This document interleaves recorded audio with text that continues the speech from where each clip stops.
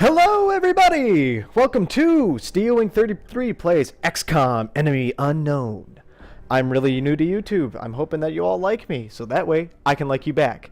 So, you're wondering, what is Xcom? Well, if you've been living under a rock for the last couple of weeks, I'm here to tell you.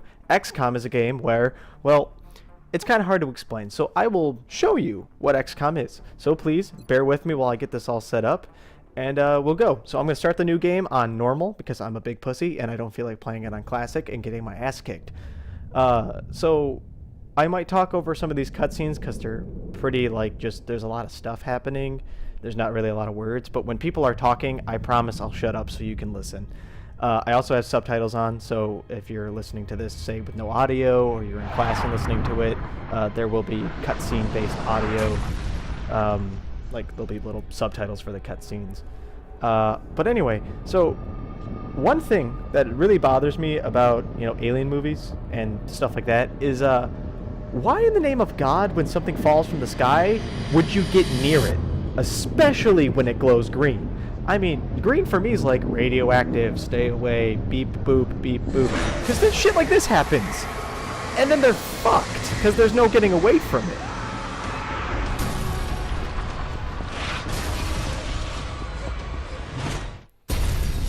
That guy's dead.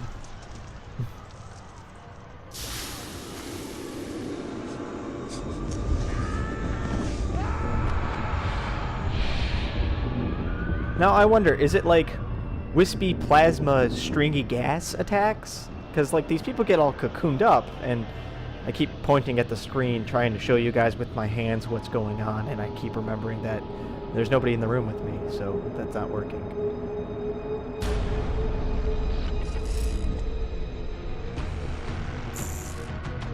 Hello, Commander.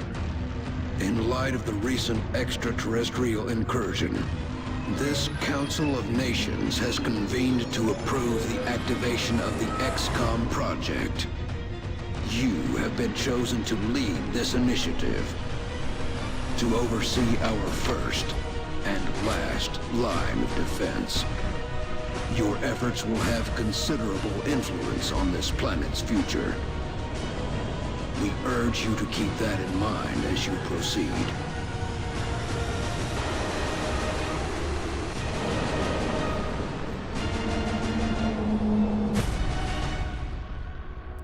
Good luck, Commander. Thank you, Optimus Prime. But anyway, so this being a new game of XCOM, now we get to decide where do we want to put our base. Now, on my other file, I took the tutorial because I'm a big weenie, and it only let me pick North America or Europe, so I'm not going to pick either North America or Europe.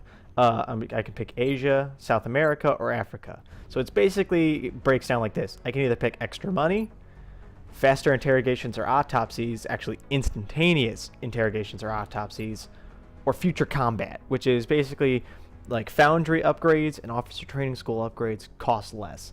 I'm actually going to go to Asia because I have found that in my other file, foundry stuff and officer training school stuff is super important, but really expensive and can really take a dent out of your funds. You'll be heading into Japan for the next mission. So I'm pretty much going to, whenever this little thing down here comes up, I'm going to talk over it because it's just telling you about the mission. I can tell you, we're going to Japan, the best place ever.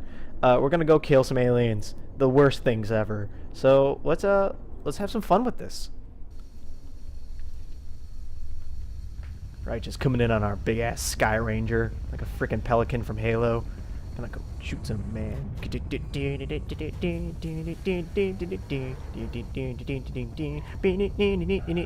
Action music, action music.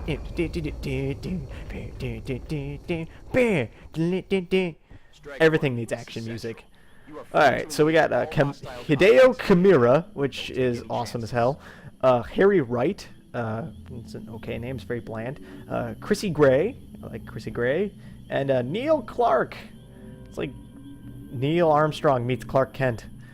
So we're going to go ahead and now the way I play XCOM, which I'm sure anybody watching this that knows how to play games will be screaming at me about, is I play super aggressively. First move, always a dash. Always dash as far forward as I can. Get that first contact immediately.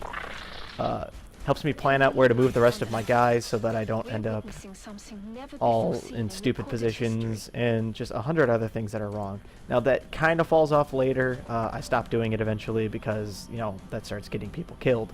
But for right now in these early levels, it's totally a viable option to just be like, you there, run to the other side of that field. You will know what time it is, for it will be revenge o'clock. Okay, so we got Chrissy Gray going in there, and now we're going to see what these sectoids do. Alright, looks like they're going for a mind meld. Now, sectoids are cool because they're really, really weak, but they have this ability where they do this, like, crazy purple psychic link thing. And basically what it does is it makes it so that they, one of them gets stronger, but it has one crippling flaw. If you shoot the one that started it, it kills both of them. Aw, yeah, Hideo! Pulling it out. Alright, so that's 2 dead. So I will run Harry right up here. Appear to self-destruct when the operator dies. We should look closely for any fragments that could be salvaged for our own development programs. Neil Clark will go behind this crazy, like, alien gas generator thing, which is a terrible idea, but it's full cover, so Xcom will do that. We'll see what the aliens are going to do. Alright, we don't hear anything, so that means we're pretty good for right now. But we're going to run there. Harry Wright, you go figure out if there's anything over there.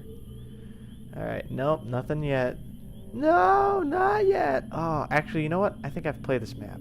Well, we'll try to keep everybody together. We'll go over here with Neil Clark, the last action hero. Rick Stone. We'll put Chrissy Gray over there. Chrissy! Yeah, you run! Yeah. The only female on this team. She better not die, or this is going to turn into a real problem real fast. And then we'll put Hideo Kimura, or the Death Maker, over there. Yeah. Alright, now we'll see what the aliens are going to do. Uh-oh. I don't think we're alone out here. Okay, so apparently there were aliens behind me that I wasn't aware of. So, good to know. Good to know. We'll put Hideo... shit. We'll put Hideo... Hideo, come over here and stand on top of the sectoid corpse. While... Harry Wright, you come over... You come inside the building. How about that? Yeah, kick that door. Yeah! Chuck Norris up in this piece. Okay, well, we know that there are aliens this way, so we're actually going to abandon going inside of that other building and push everyone back this way. That way we can have a nice solidified front and there will not be any massive casualties. My hope is that nobody even gets hurt. That's what I'm going for this first mission. So, okay, alien turn. Let's see. What are we going to do? Alright, so as you can see, nothing. Nothing. The aliens are being big cowards and not showing themselves. And holy crap, there's a lot of aliens over there. Alright, so, luckily, unified front. Everybody's in position to get some kills. Kills, yeah! Harry Wright! First kill of the game! Alright, and then, we're gonna go Gray. Gray, you come over here. Can you see that alien? No. So we're gonna overwatch you. Then Kimura, Karma Kimuria, you come over here. Alright, and you can see that alien, so we're gonna take this shot. And you missed, putting your life in the gravest of dangers, Hideo. I am super disappointed. You have shamed your family. Alright, but hopefully Clarky here can get a nice grenade off right over. Alright, I think that'll work. Go, Clark! Be free, my grenade! Alright, that did jack shit. So it looks like Hideo's gonna get hurt. Unless this sectoid does nothing. Yeah, no, he's getting hurt. Oh, he actually died! Ooh! Oh, that's bad. Oh, this is off to a great start. Oh god. I had such plans. I was gonna name him Hideo Kojima, and it was gonna be great. Alright, fucking shoot him. Alright. Well, fuck. I guess that's shitty. Already lost one guy. I mean, I guess them's the breaks for XCOM. I wasn't even aware that sectoids could crit for 6 damage. But I guess you learn something new every day. Don't do stupid shit with your units and then get them killed. Welcome to XCOM HQ, Commander. I'm Central Officer Bradford. My role in this project is twofold: providing tactical support for our field operations, and keeping you briefed on the current situation. My efforts should allow you to focus on the bigger issues at hand. Speaking of which, we have a soldier waiting for a promotion in the barracks. I'll let you get to it.